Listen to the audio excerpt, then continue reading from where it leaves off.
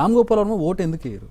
I feel, first of all, I think there is a fundamental big flaw in the voting system. Think చేసేవాడు అసలు మన సొసైటీకి ఏది, మన స్టేట్కి కానీ మన కాన్స్టిట్యున్సీకి కానీ కంట్రీకి కానీ ఏది మంచిది, ఎందుకు మంచిది అని ఆలోచించడానికి ఉన్న క్వాలిఫికేషన్ ఉన్నోడే ఓటు వేయాలనేది నా ఫీలింగ్.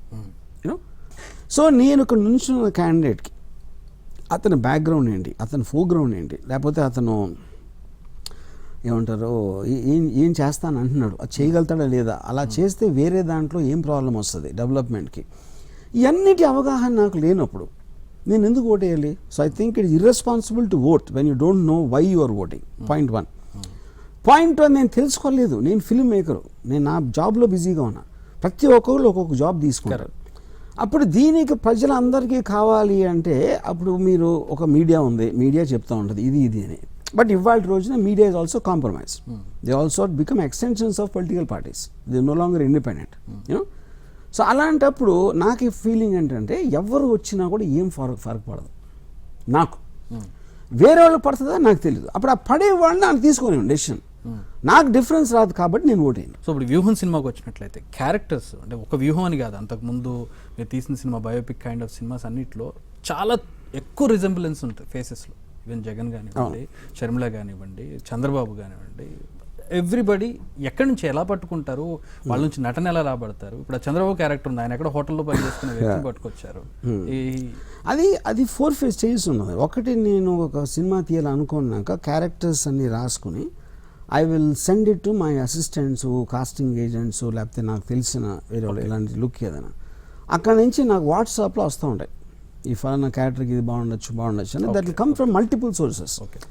దాంట్లో నేను నియరెస్ట్ పీపుల్ని సెలెక్ట్ చేసి 2 phases. ఒకటి మేకప్ వాళ్ళతోటి ఎంత మనం చేంజ్ చేయొచ్చు, ఇలాంటి ఫేస్ ఉంటే ఇది ఒకటి. రెండోది యాక్టింగ్ అనేది 2 points. ఒకటి మీరు మాటల్లో మాడ్యులేషన్లో వాయిస్, ఒకటి బాడీ లాంగ్వేజ్లో. సో ఇది మళ్ళీ ట్రైన్ చేయించి వాళ్ళకి యాక్టింగ్ వర్క్షాప్స్ పెట్టి అది ఆ ప్రాసెస్లో జరుగుతుంది. మీరు షూటింగ్ టైంలో కూడా అసలు రామ్ గోపాల్ వర్మ కోపం రాదు. నేను మా ఫ్రెండ్ ఒక అతను వర్క్ చేశారు మీతో, ఆయన అసలు కోపం తెచ్చుకోడు, ఆయన రిపీటెడ్గా చెప్తాడు, చేయించుకుంటాడు మనతో అని చెప్పి. మోడస్ ఆపరండి అసలు కోపం రాకుండా ఎలా ఉంటారు సార్ అంటే షూటింగ్ టైంలో, మీ ప్రొఫెషన్ టైంలో కూడా వెన్ యూ ఫ్రస్ట్రేషన్? కోపం అనేది ఐ థింక్ ఇట్స్ ఇప్పుడు మీరు ఒక ఇరిటేషన్ రావచ్చు. అంటే ఇప్పుడు నేనేంటంటే రెండు థింగ్స్ చూస్తాను.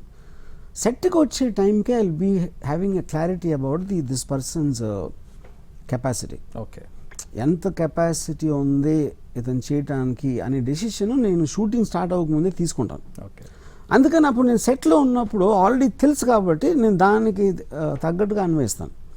అంటే అతను వెనకాల షాట్ పెట్టు, లేకపోతే ప్రొఫైల్ పెట్టి, లేకపోతే డైలాగ్స్లో తను ఎక్కువ చెప్పలేడు అనుకున్నప్పుడు అవతల మొహం మీద పోస్ట్ చేసి, ఇలాంటి various techniques I use to get my requirement done. దాంట్లో వేరే ఎమోషన్స్కి ఏం ప్లేస్ ఉండదు. సో ఇప్పుడు కొన్ని ఉంటాయి. ఇప్పుడు ఫర్ ఎగ్జాంపుల్ చంద్రబాబు నాయుడు అనుకోండి, అది రిలేటివ్. లుక్ అనేది ఇంపార్టెంట్. అతని వాయిస్ మాడ్యులేషన్ అనేది నేను డబ్బింగ్ ఆర్టిస్ట్తో చెప్పిస్తాను. ఈ క్లోజ్అప్స్లో అదే ఉంటుంది కాబట్టి పవన్ కళ్యాణ్ ఈజ్ డిఫికల్ట్. ఎందుకు డిఫికల్ట్? ఒకటి, పవన్ కళ్యాణ్ లాగా చేసేవాళ్ళు వాళ్ళందరూ మోస్ట్లీ జనసేన వాళ్ళు ఉంటారు, వాళ్ళు ఈ సినిమా చేయరు. అది ఒక ప్రాబ్లం. రెండో ప్రాబ్లం ఏంటంటే లుక్ సిమిలారిటీ ఉన్నా కూడా పవన్ కళ్యాణ్ మీకు బాడీ లాంగ్వేజ్ పర్ఫార్మెన్స్ కావాలి, అది సిబిఎన్కి అవసరం లేదు. యూనో, సో ఇలా ఈచ్ క్యారెక్టర్కి ఎలాంటి పెక్యులారిటీస్ ఉన్నాయని ఒక సైంటిఫిక్గా దాన్ని అప్రోచ్ అవుతాం. సో ఆ పర్సన్ని మీరు పర్టికులర్గా చాలా అబ్జర్వ్ చేయాల్సి ఉంటుంది మరి అప్పుడు చంద్రబాబుని కావచ్చు.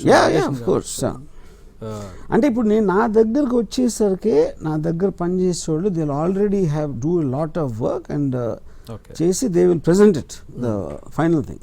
అక్కడి నుంచి నేను స్టార్ట్ చేస్తాను.